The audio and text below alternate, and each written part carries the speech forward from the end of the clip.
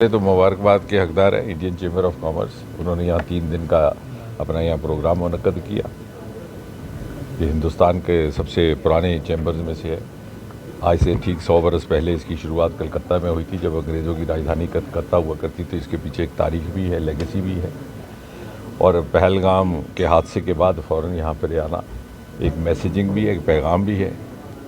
कि ये जगह अभी भी उसी तरह खूबसूरत है।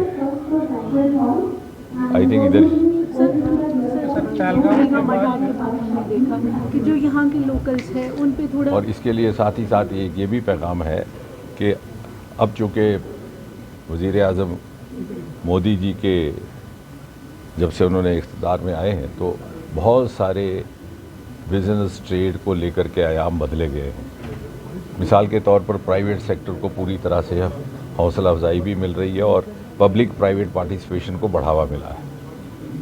और यहाँ तक कि इस साल तो हमने न्यूक्लियर सेक्टर को भी प्राइवेट सेक्टर के लिए खोल दिया। स्पेस को पहले ही खोला था, क्योंकि हमारा ये मानना है कि जिस तरह से हिंदुस्तान जिस तेज़ रफ्तार से आगे बढ़ रहा है, तो यहाँ से जैसे आगे हमारी जो इकनॉमिक ग्रोथ रहेगी चौथे दर्जे से तीसरे, दूसरे और पहले तक,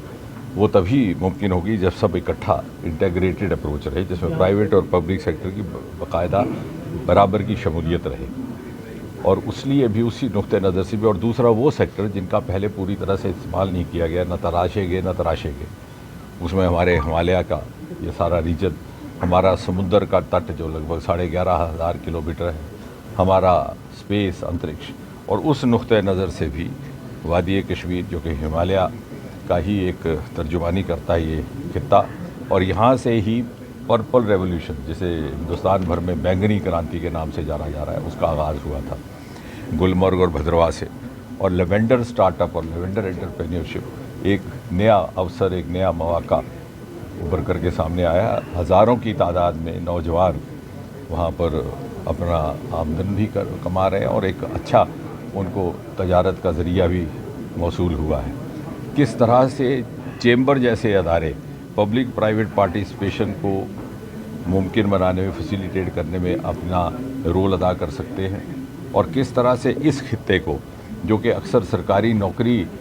की जहनीत में जकड़ा रहा, उसको वहाँ से निकाल करके हिंदुस्तान भर में जो नई स्टार्टअप मूवमेंट आई है, जो मोदी जी के आने के बाद नए को मौके आए हैं नौजवान, उसके साथ कैसे इस खित्ते को जोड़ा जा सकता है, उसका पैगाम भी इनकी यहाँ मौजूदगी से जाएगा।